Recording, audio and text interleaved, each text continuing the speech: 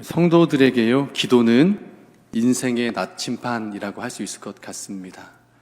나침판은요, 항상 정확한 방향을 가르쳐 줍니다. 어디가 동쪽인지, 어디가 서쪽인지, 북쪽인지, 남쪽인지를 보여줌으로써 우리가 어디로 가야 하는지를 알려주지요. 더더군다나요, 우리가 막막한 곳에 서 있다면 나침판은 너무나 필요합니다. 인생의 막막한 순간에, 고통의 순간에, 길을 헤매는 순간에, 때로는 일상의 소소한 어려운 결정을 내리는 순간들, 가족의 문제들, 경제의 문제들, 크고 작은 문제 앞에 기도는, 성도들에게 있어서 기도는 그것들을 결정할 수 있는 방향을 알려주는 인생의 나침판이라 할 수 있겠다 싶습니다. 기도가 우리의 인생의 나침판이 된다면 어떤 방향을 알려주겠습니까? 어디로 가라고 알려줄까요? 하나님께로, 하나님의 뜻으로 가는 방향을 알려줄 겁니다. 기도는요, 우리 인생의 방향을 하나님께로 향하게 하는 매우 중요한 영적 삶의 원리이기도 하죠. 신앙의 삶의 근원이라고도 할 수 있습니다. 예수님도 항상 기도하셨습니다. 하나님께로 향하여 기도하심으로 예수님의 사역도 하나님을 향한 방향으로 바르게 하셨고, 하나님의 뜻을 구하는 기도를 하심으로 그 뜻을 이루는 방향으로 사역을 이루셨습니다. 오늘 저희가 읽은 골로새서를 쓴 바울도 항상 기도하며 사명을 감당했지요.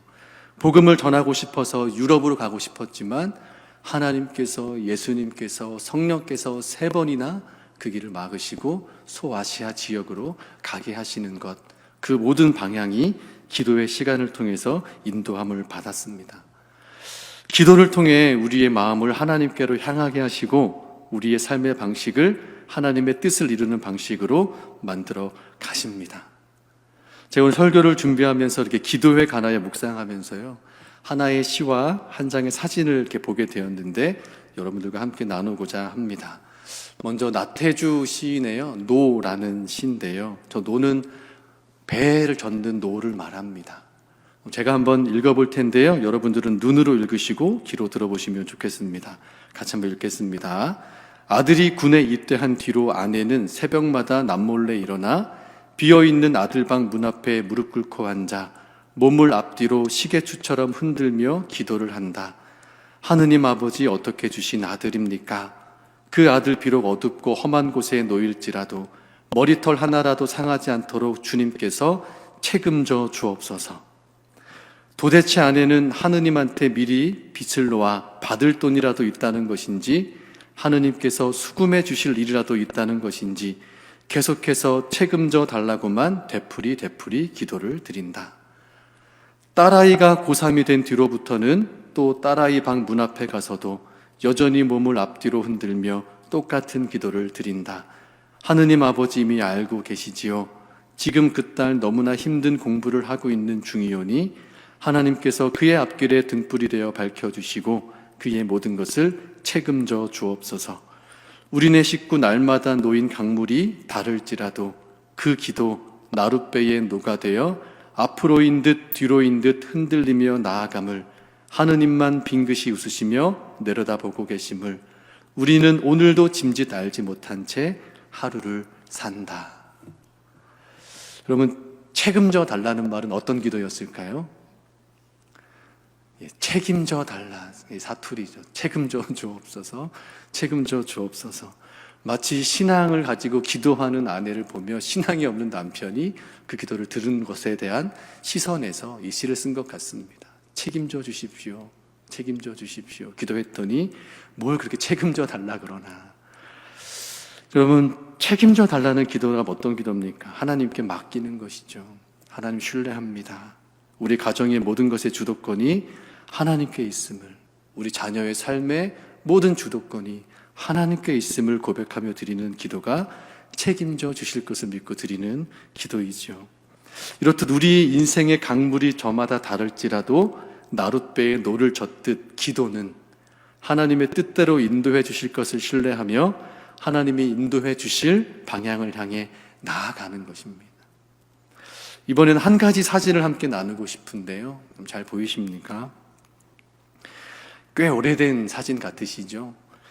이 사진은요, 노무라 모토유키라는 일본인 목사님이 그 당시에 한국에서 기도드리는 성도들의 사진을 찍은 것입니다. 사진의 내용을 보니까 이렇답니다. 이 아기를 업고 기도하는 한 여인이 있고, 아마 둘째는 엎혀 있고, 첫째는 그 엄마를 보고 있는 아이 같아요. 남편을 폐결핵으로 잃고 너무나 막막한 상황에서 기도하고 있던 모습이라고 합니다. 한 가족에게 몰아닥친 시련 속에서 저런 모습으로 기도할 수밖에 없었던 어머니의 모습들이, 혹은 아버지의 모습들이 교회 안에 있었다라는 것을 저 사진을 보면서 깨닫게 됩니다. 여러분, 인생의 상실과 그로 인한 고통과 막막한 현실의 문제가 생겼을 때 기도는 모든 것의 주도권이 하나님께 있음을 고백하고 하나님이 인도해 주시는 방향을 향하여 나아가겠습니다 하고 하나님께 맡기는 기도인 것이죠. 그럼 우리가 막막하다라는 건 뭡니까? 더 이상 내가 할 수 있는 것이 없다라는 현실 앞에 선 겁니다. 그러나요, 여러분, 우리가 이런 순간에 하나님께 모든 것을 맡기는 이 기도가요, 이 기도를 통해서 하나님은 그 상황을 넘어설 수 있는, 그래서 이 상황뿐만이 아니라 우리의 인생을 품고 세상을 품고 나아갈 수 있는 하나님의 인격을 품은 사람으로 빚어 가십니다. 오늘은 새해를 시작하면서요, 우리가 이 기도에 대한 말씀을 좀 나누고 싶습니다. 오늘 우리가 읽은 골로새서 말씀도요, 골로새 교회 성도들을 위한 바울의 기도에 대한 말씀입니다. 내가 당신들을 위해 이렇게 기도할 테니 너희들도 이렇게 기도하며 살아라 하는 내용이 있거든요. 그런데 사실 이 골로새 지역은 바울이 방문한 적이 없습니다. 바울이 방문해서 지역에 가서 복음을 전하고 교회를 개척한 곳이 아닌 곳이 골로새입니다. 이 지역에는요, 바울의 제자인 에바브라라는 사람이 개척하고 교회를 세웠습니다. 그래서 감옥에 갇혀 있는 바울에게 골로새 교회를 개척하고 그 소식을 가지고 전해준 겁니다. 그래서 에바브로부터 소식을 들은 바울이 그 교회 성도들을 위해 편지를 쓴 것이 골로새서입니다. 근데 그 성도들을 위해서 어떻게 기도하느냐면요, 너희들에게 이러한 은혜가 있기를 원한다라고 기도하는데, 오늘 본문에서 우리 세 가지 말씀을 가지고 오늘 우리가 드려야 될 기도 세 가지를 적용하고 함께 기도하는 시간을 가져보려고 합니다. 우리 먼저요, 우리 9절 말씀 함께 읽겠습니다. 이로써 우리도 듣던 날부터 너희를 위하여 기도하기를 그치지 아니하고 구하노니 너희로 하여금 모든 신령한 지혜와 총명에 하나님의 뜻을 아는 것으로 채우게 하시고. 아멘. 바울이 기도하는 첫 번째 내용은요, 모든 신령한 지혜와 총명에 하나님의 뜻을 아는 것으로 채우게 해달라라는 기도입니다. 신령한이라는 말이 성경에 나오면 무슨 뜻이냐면요, 성령이 주시는 것이란 뜻입니다. 신령한이라는 것이 성령으로부터 비롯되어지는 것을 얘기하거든요. 그러니까 이게 모든 신령한 지혜와 총명이란 말은 성령이 주시는 지혜와 총명이란 뜻이에요. 그런데 총명이란 말이 봤더니 이해력이란 뜻이랍니다. 그러니까 성령께서 주시는 지혜, 지식과 이해력이 있기를 바라는데, 어떻게 있기를 바라냐면 하나님의 뜻을 아는 것으로 채우게 하시기를 원한다. 또 두 번째 말씀해 보시면 채우게 하신다는 것은요, 내가 채우는 게 아닙니다. 하나님이 채워주시는 거예요. 하나님이 채워주셨을 때 그 채워주신다라는 거 우리가 뭐라고 표현하냐면 충만하게 하신다, 이렇게 표현을 쓰지 않습니까? 그러니까 저 말씀은요, 어떤 기도냐면 성령께서 주시는 지혜와 이해력으로 하나님을 아는 지식에 충만하게 하실 것을 기도하는 거예요. 여러분, 그럼 우리가 하나님의 뜻을 아는 것에 충만해지는 그 성령이 주시는 지혜와 이해력을 경험하는 그 순간은 언제 일어나겠습니까? 네. 기도할 때, 그리고 또 하나님의 뜻을 알아가는 말씀을 읽을 때. 그럼 말씀이 살아있다는 것은요, 그 말씀이 우리 안에서 역사하시는 거예요. 그 생명이 우리 안에 들어오실 때 그 말씀이 그냥 글이 오는 게 아니라 살아있는 주님의 말씀이 우리 안에 성령께서 주시는 지혜와 이해력으로 들어올 때 그 말씀이 역사하는 말씀이 되는 것이죠. 그 은혜가 충만할 수 있기를 기도하는 겁니다. 그래서 여러분, 제가 이 말씀 읽으면서 올 한 해 우리 망우교회 성도분들이 이렇게 기도하면 좋겠다는 마음이 들었는데요. 여러분, 이렇게 기도하시면 좋겠습니다. 하나님의 말씀을 사모하게 해주십시오. 하나님의 말씀을 사모하게 해주십시오. 제가 예전에 공부를 하도 안 하니까요, 제 주변에 한 선배가 저한테 야, 성우가 너 이렇게 좀 기도해라 하고 알려준 기도가 뭐냐면, 하나님 영어를 사랑하게 해주세요. 하나님 성경을 사랑하게 해주세요. 이렇게라도 기도하고 공부하라고 알려주더라고요.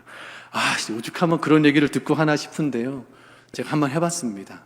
하나님 말씀을 사랑하게 해주십시오. 영어를 사랑하게 해주십시오. 너무 끔찍한 기도이긴 했지만 어떻게 됐을까요? 싫어지지는 않더라고요.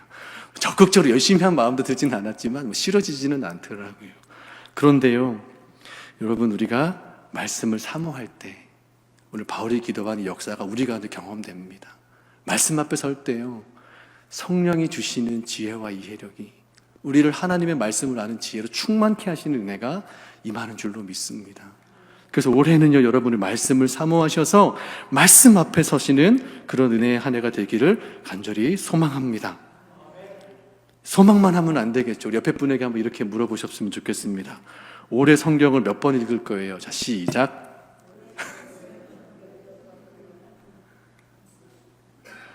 묵기만 하시고 답은 안 하시는 것 같아요. 네. 여러분, 꼭 말씀의 은혜가 있으시기를 주님의 이름으로 축복합니다. 두 번째로 바울이 기도하는 말씀은 10절인데요. 같이 한번 읽겠습니다. 주께 합당하게 행하여 범사에 기쁘시게 하고 모든 선한 일에 열매를 맺게 하시며 하나님을 아는 것에 자라게 하시고. 아멘. 바울은요, 종종 이렇게 합당하게 라는 표현을 씁니다. 부르심에 합당하게 행하십시오. 오늘도 주께 합당하게 행하라 이렇게 말하는데요, 여러분, 합당함의 기준이 뭐냐면 예수님이란 뜻입니다. 무슨 말이냐면요, 우리가 예수님께 받은 은혜와 일치되는 방식으로 살아가십시오가 주께 합당하게 행하라 하는 뜻이에요. 받은 은혜가 어떠한지를 알면 그 은혜에 맞게 살아가겠죠.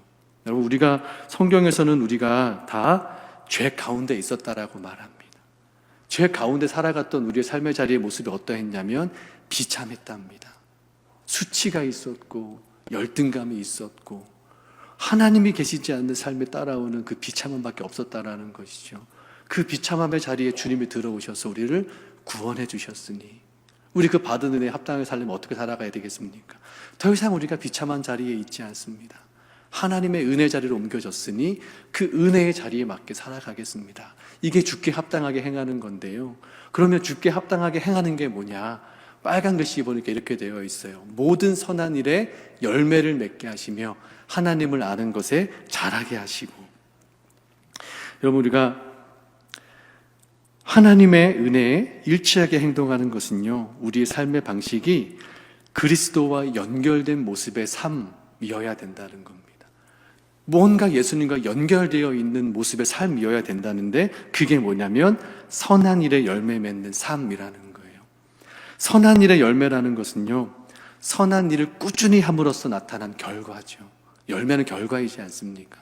한순간에 나타나는 것이 아니라요, 꾸준히 선한 일을 함으로써 나타난 결과에 이른 것. 그래서 그리스도와 연결된 모습의 삶을 통해 얻은 선한 결과들이 교회에 많기를 위해서 기도하는 겁니다.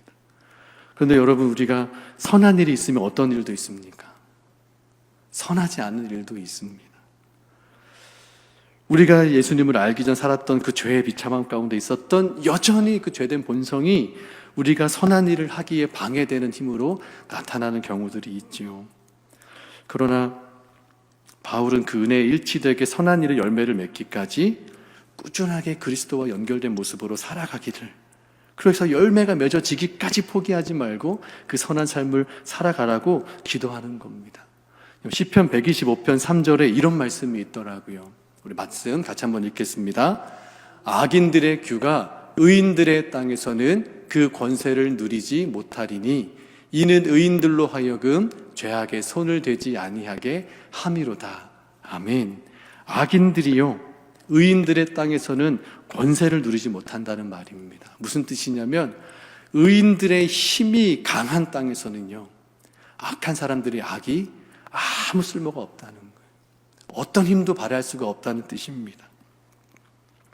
선한 일에 열매 맺는 땅이라는 의인들의 땅이 가진 힘은 그것을 방해하는 그 어떤 힘보다 압도적으로 강하기 때문에 거기 이 땅에 있는 의인들은 죄와 악에 손을 대지 않게 된다는 말씀입니다.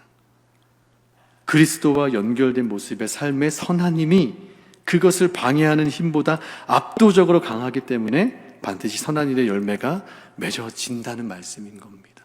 그러니 그것을 위해 기도하며 그렇게 살아가기를 바울이 기도하는 거예요.